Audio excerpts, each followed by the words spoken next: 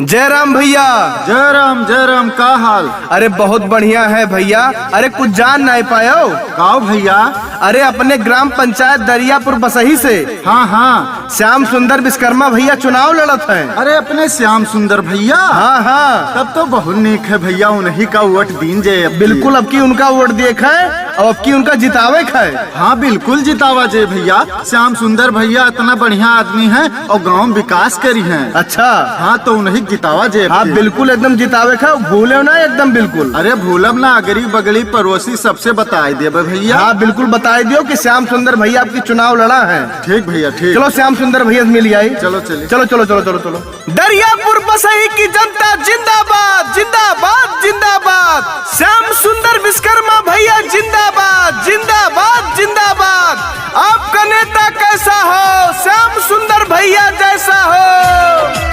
श्याम सुंदर भैया खड़े हैं प्रधानी, सबके दूर करी है दुख परेशानी, सबके दूर करी है दुख परेशानी। श्याम सुंदर भैया खड़े हैं प्रधानी, सबके दूर करी है दुख परेशानी। चमकेला के गले सड़क पूरा गौआ हो, चमकेला के गले सड़क पूरा गौआ हो। चाचा चाची जिताई दा चुनौआ हो, श्याम सुंदर के जिताई दा चुनौआ हो।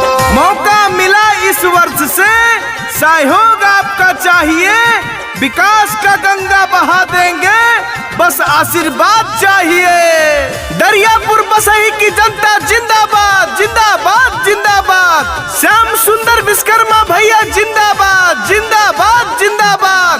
आपका नेता कैसा हो? श्याम सुंदर भैया जैसा हो।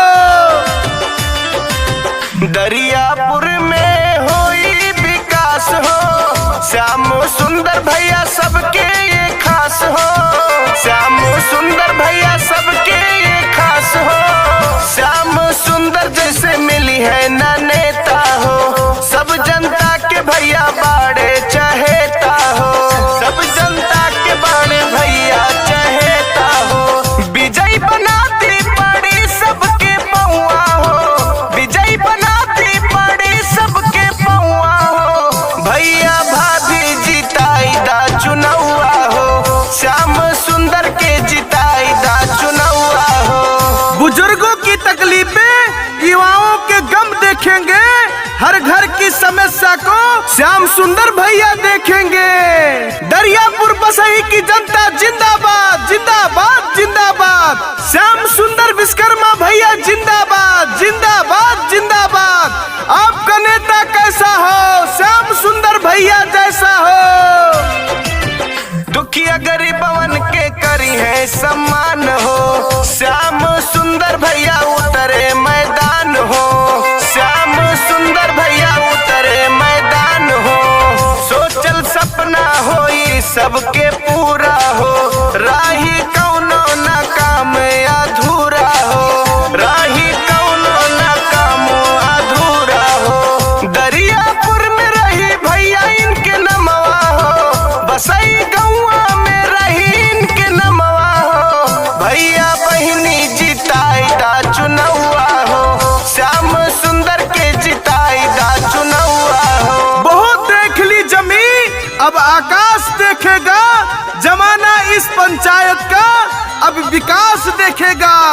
दरियापुर बसही की जनता जिंदाबाद जिंदाबाद जिंदाबाद। श्याम सुंदर विश्वकर्मा भैया जिंदाबाद जिंदाबाद जिंदाबाद। आपका नेता कैसा हो? श्याम सुंदर भैया जैसा हो। आप करेंगे समर्थन हमारा।